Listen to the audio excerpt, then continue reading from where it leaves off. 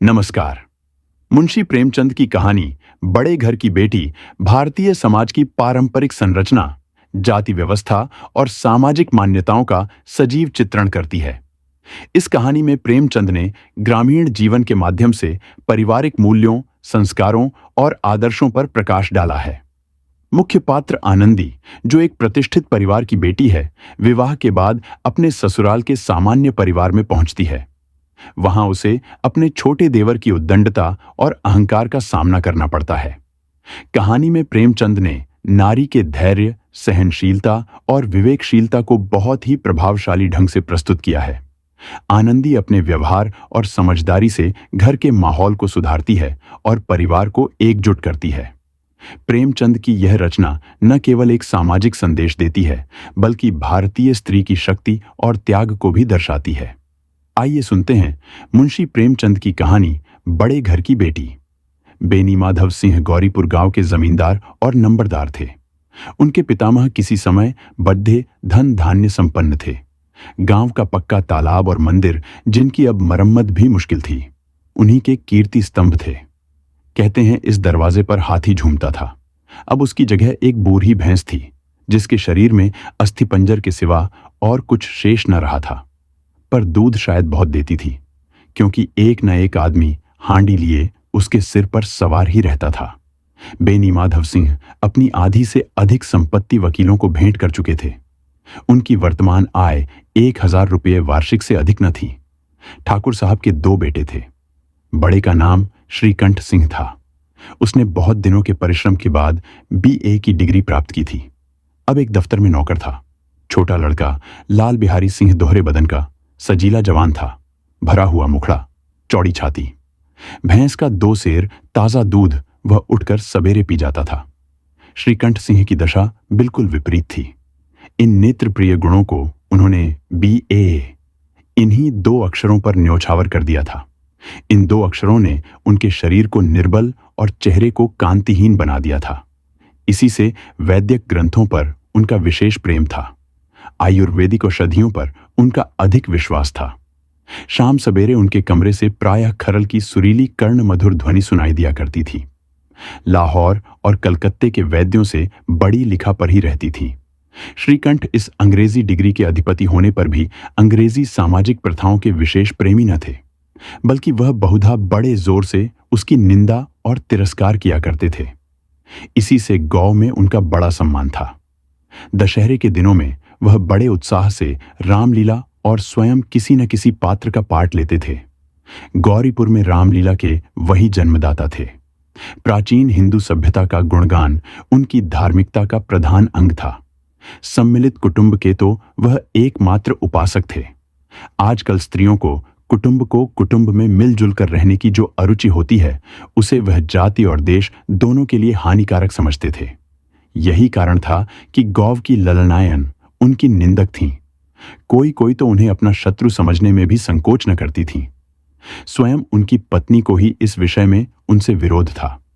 यह इसलिए नहीं कि उसे अपने सास ससुर, देवर या जेठ आदि घृणा थी, बल्कि उसका विचार था कि यदि बहुत कुछ सहने और करने पर भी परिवार के साथ निर्वाह न हो सके, तो आए दिन की कलह से जीवन को नष्ट करने की अपेक्षा यही उत्तम है कि अपनी खिचड़ी अलग पकाई जाए। आनंदी एक बड़े उच्च कुल की लड़की थी। उसके बाप एक छोटी सी रियासत के ताल्लुकेदार थे।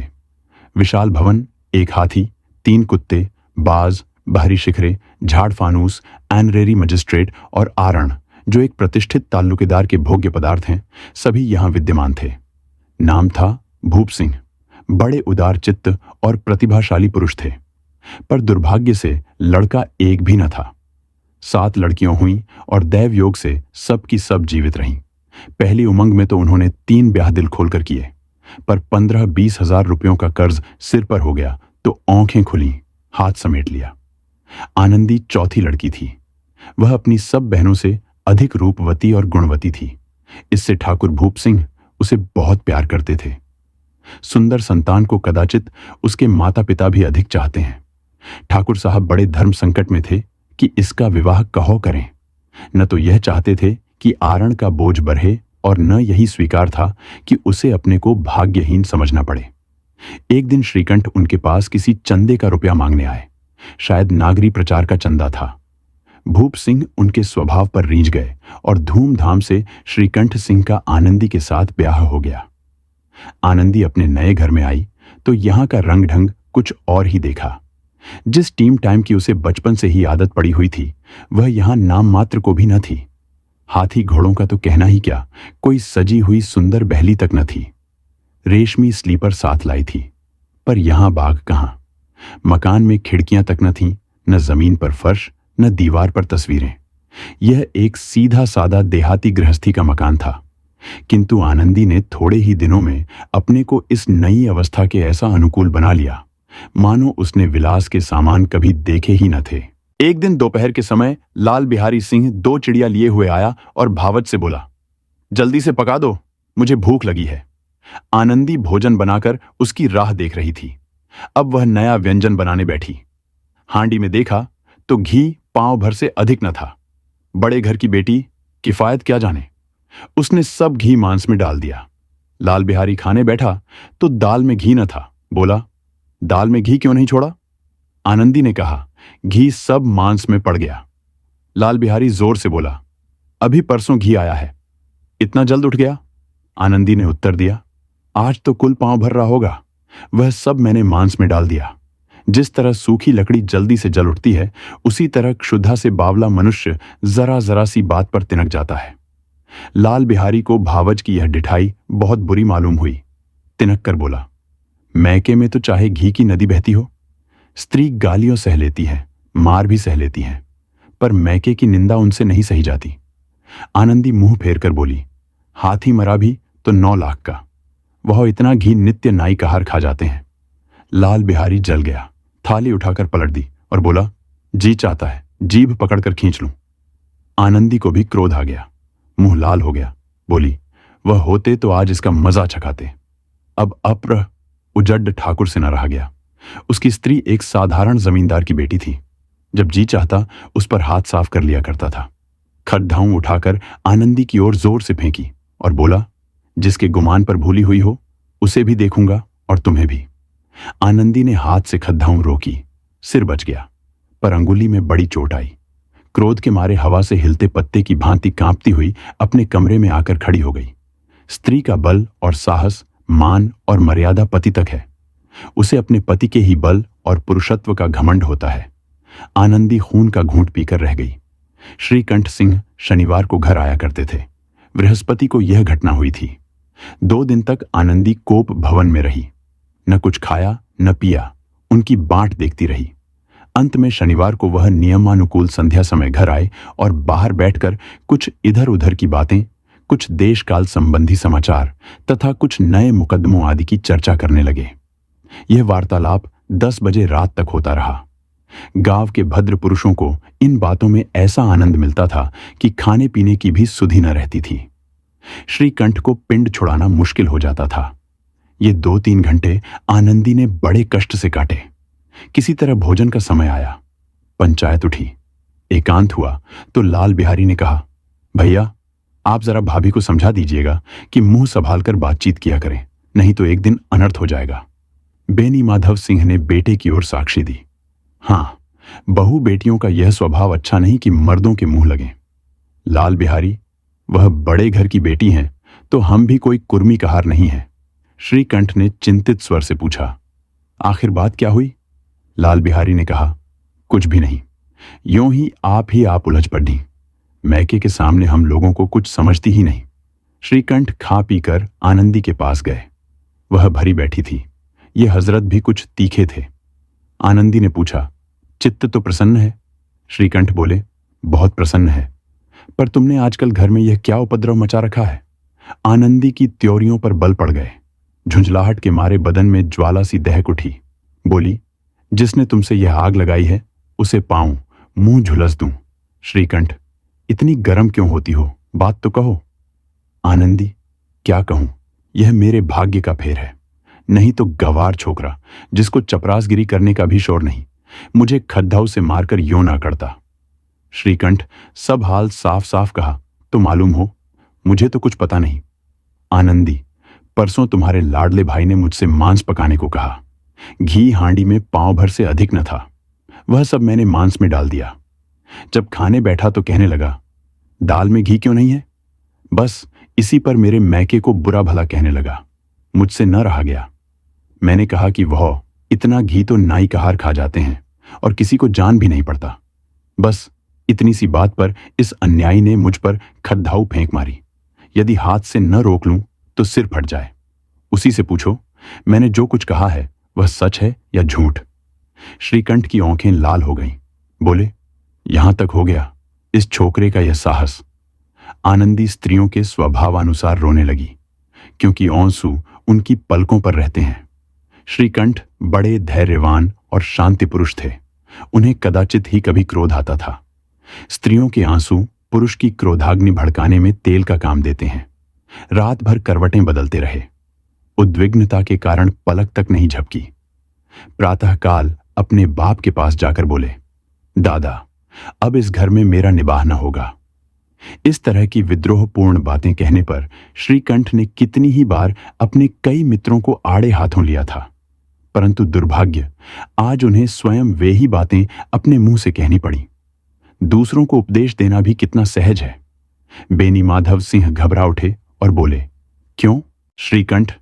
इसलिए कि मुझे भी अपनी मान प्रतिष्ठा का कुछ विचार है। आपके घर में अब अन्याय और हठ का प्रकोप हो रहा है। जिनको बड़ों का आदर सम्मान करना चाहिए वे उनके सिर चढ़ते हैं। मैं दूसरे का नौकर ठहरा घर पर रहता नहीं। यहां मेरे पीछे स्त्रियों पर खड़धाऊ और जूतों की बौछारें होती हैं। किसी बात तक की चिंता नहीं। कोई एक की दो कह ले, वहां तक मैं सह सकता हूं, किंतु यह कदापि नहीं हो सकता कि मेरे ऊपर लात घूंसे पढ़ें और मैं दम न मारूं। बेनी माधव सिंह कुछ जवाब न दे सके। श्रीकंठ सदैव उनका आदर करते थे। उनके ऐसे तेवर देखकर बूढ़ा ठाकुर अवाक रह गया। केवल इतना ही बोला, बेटा, तुम बुद्धिमान होकर ऐसी बातें करते हो? स्त्रियां इस तरह घर का नाश कर देती हैं। उनको बहुत सिर चढ़ाना अच्छा नहीं। श्रीकंठ, इतना मैं जानता हूं, आपके आशीर्वाद से ऐसा मूर्ख नहीं हूं। आप स्वयं जानते हैं कि मेरे ही समझाने बुझाने से इसी गांव में कई घर संभल गए। पर जिस स्त्री की मान प्रतिष्ठा का ईश्वर के दरबार में उत्तरदाता हूं, उसके प्रति ऐसा घोर अन्याय और पशुवत व्यवहार मुझे असह्य है। आप सच मानिए, मेरे लिए यही कुछ कम नहीं है कि लाल बिहारी को कुछ दंड नहीं होता। अब बेनी माधव सिंह भी गरमाए, ऐसी बातें और न सुन सके। बोले, लाल बिहारी तुम्हारा भाई है। उससे जब कभी भूल चूक हो उसके कान पकड़ो। लेकिन श्रीकंठ, लाल बिहारी को मैं अब अपना भाई नहीं समझता। बेनी माधव सिंह, स्त्री के पीछे? श्रीकंठ जी नहीं, उसकी क्रूरता और अविवेक के कारण। दोनों कुछ देर चुप रहे। ठाकुर साहब लड़के का क्रोध शांत करना चाहते थे, लेकिन यह नहीं स्वीकार करना चाहते थे कि लाल बिहारी ने कोई अनुचित काम किया है। इसी बीच में गांव के और कई सज्जन हुक्के चिलम के बहाने वहां आ बैठे। कई स्त्रियों ने जब यह सुना कि श्रीकंठ पत्नी के पीछे पिता से लड़ने की तैयार हैं, तो उन्हें बड़ा हर्ष हुआ। दोनों पक्षों की मधुर वाणियों सुनने के लिए उनकी आत्माएं तिलमिलाने लगी। गांव में कुछ ऐसे कुटिल मनुष्य भी थे जो इस कुल की नीतिपूर्ण गति पर मन ही मन जलते थे। वे कहा करते थे, श्रीकंठ अपने बाप से दबता है, इसीलिए वह दब्बू है। उसने विद्या पर ही, इसलिए वह किताबों का कीड़ा है। बेनी माधव सिंह उसकी सलाह के बिना कोई काम नहीं करते। यह उनकी मूर्खता है। इन महानुभावों की शुभ कामनाएं आज पूरी होती दिखाई दी। कोई हुक्का पीने के बहाने और कोई लगान की रसीद दिखाने आकर बैठ गया। बेनी माधव सिंह पुराने आदमी थे, इन भावों को ताड़ गए। उन्होंने निश्चय किया, चाहे कुछ ही क्यों न हो, इन द्रोहियों को ताली बजाने का अवसर न दूंगा। तुरंत कोमल शब्दों में बोले, बेटा, मैं तुमसे बाहर नहीं हूं। तुम्हारा जो जी चाहे करो। अब तो लड़के से अपराध हो गया। इलाहाबाद का ग्रेजुएट इस बात को न समझ सका। उसे डिबेटिंग क्लब में अपनी बात पर अड़ने की आदत थी। इन हथकंडों की उसे क्या खबर। बाप ने जिस मतलब से बात पलटी थी वह उसकी समझ में न आया। बोला, लाल बिहारी के साथ अब इस घर में नहीं रह सकता। बेनी माधव, बेटा, बुद्धिमान लोग मूर्खों की बात पर ध्यान नहीं देते। वह बेसमझ लड़का है। उसे जो कुछ भूल हुई उसे तुम बड़े होकर क्षमा करो। श्रीकंठ, उसकी इस दुष्टता को मैं कदापि नहीं सह सकता। या तो वही घर में रहेगा या मैं ही। आपको यदि वह अधिक प्यारा है तो मुझे विदा कीजिए, मैं अपना भार आप संभाल लूंगा। यदि मुझे रखना चाहते हैं तो उससे कहिए जहां चाहे चला जाए। बस यह मेरा अंतिम निश्चय है। लाल बिहारी सिंह दरवाजे की चौखट पर चुपचाप खड़ा बड़े भाई की बातें सुन रहा था। वह उनका बहुत आदर करता था। उसे कभी इतना साहस न हुआ था कि श्रीकंठ के सामने चारपाई पर बैठ जाए, हुक्का पी ले या पान खा ले। बाप का भी वह इतना मान न करता था। श्रीकंठ का भी उस पर हार्दिक स्नेह था। अपने होश में उन्होंने कभी उसे घुड़का तक न था। जब वह इलाहाबाद से आते तो उसके लिए कोई न कोई वस्तु अवश्य लाते। मुकद्दर की जोड़ी उन्होंने ही बनवा दी थी। पिछले साल जब उसने अपने से ड्योरहे जवान को नाग पंचमी के दिन दंगल में पछाड़ दिया तो उन्होंने पुलकित होकर अखाड़े में ही जाकर उसे गले लगा लिया था। 5 रुपये के पैसे लुटाए थे। ऐसे भाई के मुंह से आज ऐसी हृदय विदारक बात सुनकर लाल बिहारी को बड़ी ग्लानि हुई। वह फूट फूट कर रोने लगा। इसमें संदेह नहीं कि अपने किए पर पछता रहा था।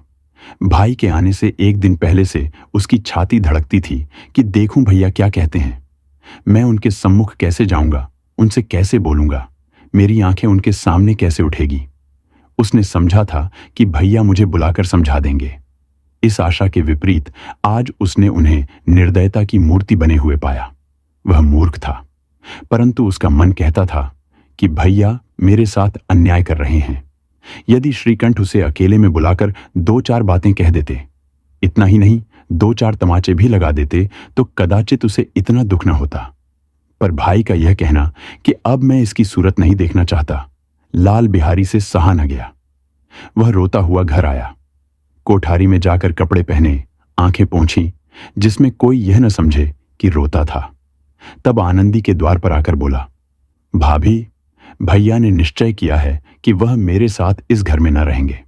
अब वह मेरा मुंह नहीं देखना चाहते, इसलिए अब मैं जाता हूं। उन्हें फिर मुंह न दिखाऊंगा। मुझसे जो कुछ अपराध हुआ उसे क्षमा करना। यह कहते कहते लाल बिहारी का गला भर आया। जिस समय लाल बिहारी सिंह सिर झुकाए आनंदी के द्वार पर खड़ा था, उसी समय श्रीकंठ सिंह भी आंखें लाल किए बाहर से आए। भाई को खड़ा देखा तो घृणा से आंखें फेर लीं और कतराकर निकल गए, मानो उसकी परछाई से दूर भागते हों। आनंदी ने लाल बिहारी की शिकायत तो की थी, लेकिन अब मन में पछता रही थी। वह स्वभाव से ही दयावती थी। उसे इसका तनिक भी ध्यान न था कि बात इतनी बढ़ जाएगी। वह मन में अपने पति पर झुंझला रही थी कि यह इतने गर्म क्यों होते हैं। उस पर यह भय भी लगा हुआ था कि कहीं मुझसे इलाहाबाद चलने को कहें तो कैसे क्या करूंगी। इस बीच में जब उसने लाल बिहारी को दरवाजे पर खड़े यह कहते सुना कि अब मैं जाता हूं, मुझसे जो कुछ अपराध हुआ क्षमा करना, तो उसका रहा सहा क्रोध भी पानी हो गया। वह रोने लगी। मन का मैल धोने के लिए नयन जल से उपयुक्त और कोई वस्तु नहीं है।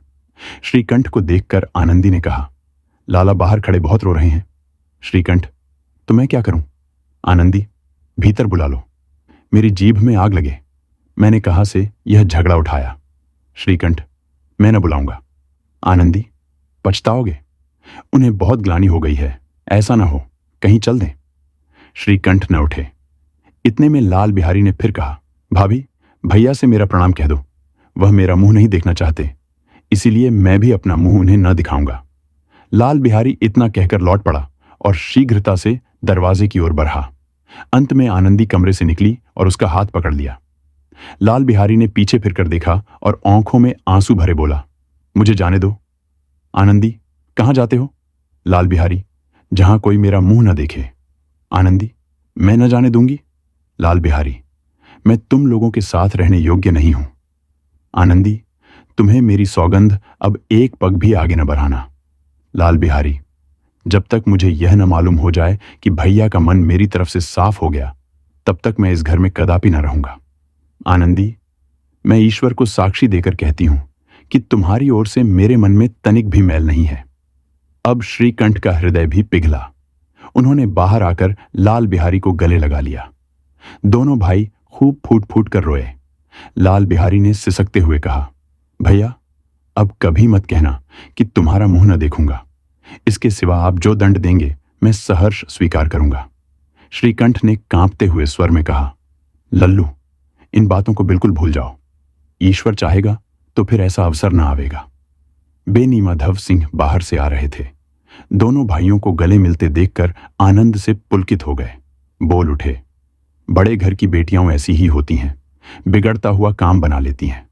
गांव में जिसने यह वृत्तांत सुना, उसी ने इन शब्दों में आनंदी की उदारता को सराहा। बड़े घर की बेटियां ऐसी ही होती हैं। फिर मिलते हैं मुंशी प्रेमचंद की एक अन्य कालजयी रचना के साथ। धन्यवाद।